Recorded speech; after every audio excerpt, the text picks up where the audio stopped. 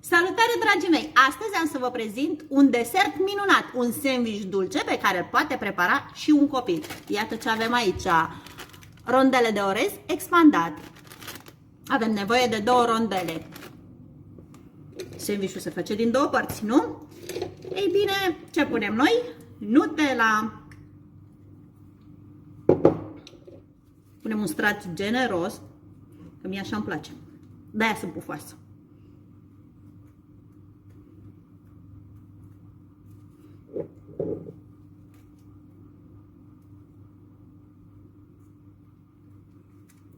Iar apoi unt de arahide.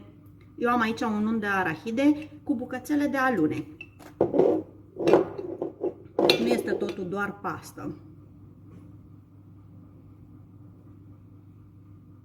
Îl întindem la fel.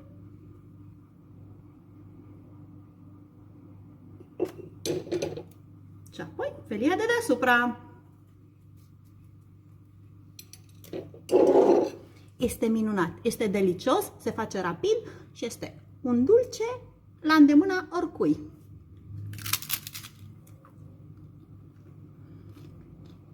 Trebuie încercat, este minunat.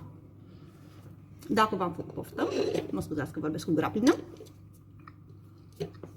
sper să-l încercați. V-am pupat!